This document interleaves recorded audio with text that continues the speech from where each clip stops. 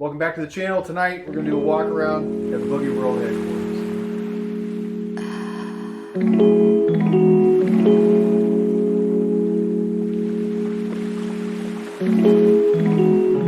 This is my welding table. It's one of the first things I built when I moved into this place. Steel top. It's I don't know, 3/8 probably. You clamp a ground to it. You can weld straight off the top of it. Got some holes cut into it and tapped so I can put various things like my little Harbor Freight sheet metal brake on there. Harbor Freight Racing bench vise. Found this little cabinet to put in there. I put God knows what in here, and I built it tall enough so my MIG welder can roll right underneath there. It also holds all the TIG rod. The table's on wheels, makes it easy to pull it out, clean all the shavings out from underneath it that just tend to kind of gather underneath stuff as you're working over the course of an entire winter. I put stuff here. This spot will give you tetanus. My wife won't stop laughing. She doesn't think I'm funny. This is my cutting table. I built this so I could roll it around the shop, get it out of the way, keep things modular so you can clean underneath it. This section's removable. It's actually got a circular saw mounted into it. So I got a table saw and a router table in one. I can take all that stuff out, get out of the way, and have a smooth top too if I want. I got this stand for my quarter band from Swag Off-Road. I had this thing for years and never really used it. Thought I was going to be able to clamp it into a vise and use it like a bandsaw. This is my toolbox. It holds my stickers. So this table's supposed to be a one-stop shop for cutting.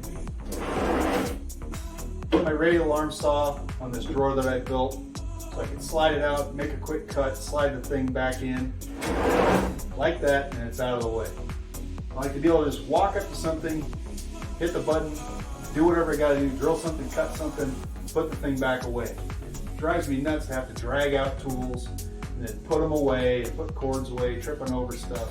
It's just more conducive to getting work done. Over there, I have to build another drawer for an Evolution metal saw. I had a abrasive saw in the past. They make a ton of noise, throw sparks everywhere, take forever to cut. That Evolution saw was a little more expensive than like an abrasive chop saw, but it's totally paid for itself. This is my TIG welder, Boogie Shoes. It's an AHP Alpha TIG 800. It's an AHP Alpha TIG 200X. Welds aluminum, welds steel, has pulse, hasn't given me any trouble. Use a 19 style torch. This is my Hobart machine gun. It's good for blowing holes and stuff. I actually used it a bunch on the bodywork of the truck. I couldn't clean it in between the multiple layers of steel, so it was great to just take this thing and glue some stuff together. If you're looking for a cheap welder, go out and get yourself a Hobart. These things are tanks, they're cheap, especially used. I got this from a guy who thought he was going to weld pipeline with it. This is squishy. My Harbor Freight hydraulic press. You might notice a theme here, a lot of Harbor Freight stuff. Made this press brake. We made 3/16 steel with this thing. Made the power steering pump and the alternator bracket with this. This little 20-ton hydraulic bottle jack doesn't even complain.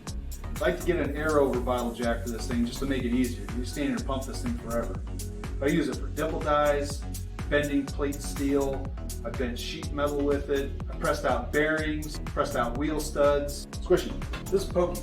Pokey makes holes in things. What Pokey's really good at is tangling up your fingers. Pokey's kind of an asshole. This is a toolbox. These are stickers. I bought some of this stuff. Something I've noticed with YouTube. Everybody always talks about we. They're always talking about today we're gonna do this or we're gonna do that. But it's only you. At Boogie Chassis, when I say we, this is what I'm talking about. This is Chuck. He's the CEO, CFO, Director of Engineering, Director of Cinematography, Editor, Head Joke Writer, and occasionally he shits in the living room.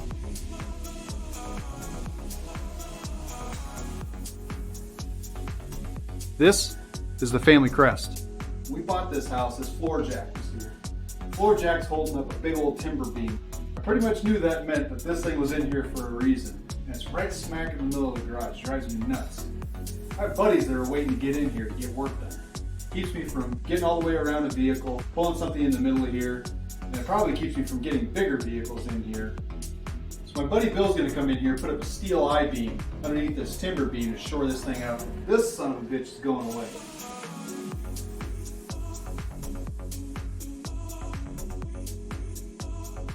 All right, so it's a new day, new beam. Guys kicked ass, got that center support out of here. So with this beam done, it means we can get started on projects. Got my buddy Wes's S10 lined up. It's getting body work, custom bumpers, and some other cool touches. Once I finish the projects I got lined up, I'm gonna put it out on social media looking for the next thing. Really wanna do like a simple bag job. Something as inexpensive as I can without cutting any corners or doing anything sketchy. Just something straightforward, high quality, really reliable. I'd like to do an S10, an old school mini truck like a Nissan, Toyota, Mazda, maybe a Tacoma, Frontier, like a GMG body, Cadillac, Monte Carlo, Regal, an Oldsmobile Cutlass, or an El Camino would be really cool. Something where I can focus on the basics, show you how to bag your car or truck. Once I get an opening, I'm going to post on social media. So follow Boogie Chassis on Instagram and Facebook.